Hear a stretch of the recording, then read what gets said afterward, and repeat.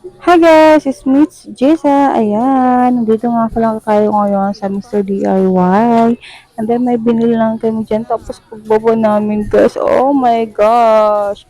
Ang haba talaga ng pila and then Christmas. Christmas na talaga ngayon guys. So tignan nyo naman ang daming decorate na. Ayan. Nabibilin sa ating Christmas. Ayan, Pasko. And then, pila nga kami dito guys. Ayan, ang daming tao. Ano ko naman. Paano na naman yan. And then, pagkatapos namin pumunta, consider pumunta kami dito sa kumakain kami guys. Dito sa Mr. B, BG, ayan, food cart. Tapos yung kanilang mag-order ka dito guys, 90 pesos yan, and reduce pala sila dyan guys, ayan. And then, ayan na nga, nandito lang ako sa tabi-tabi, pa-hour-hour, charot.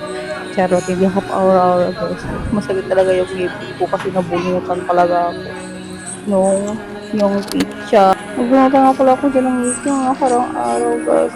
Yung talaga, charot. Joke lang guys, and then pa-hour-hour muna tayo dyan guys. Pasensya na kayo sa aking voices ngayon ha. Yung boses ko ngayon talaga, hindi ko maintindihan. Ayan guys, yung kanyang loob.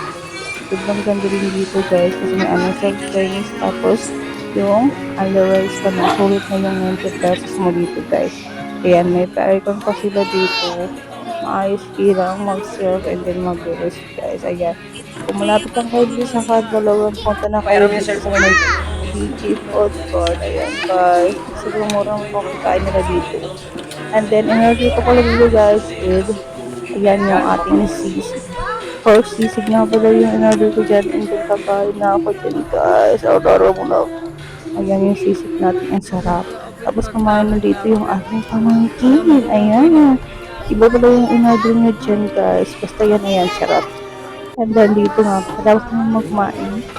Ayan. Yung pamangkin ko is mapagupitan ko dito guys para pagpasok mo tomorrow morning sa school, pogi na naman ulit. Charot. Charot lang guys. And then, ayan na nga. Tapos na siyang gupitan dyan guys. Ayan, yun lang. Bye!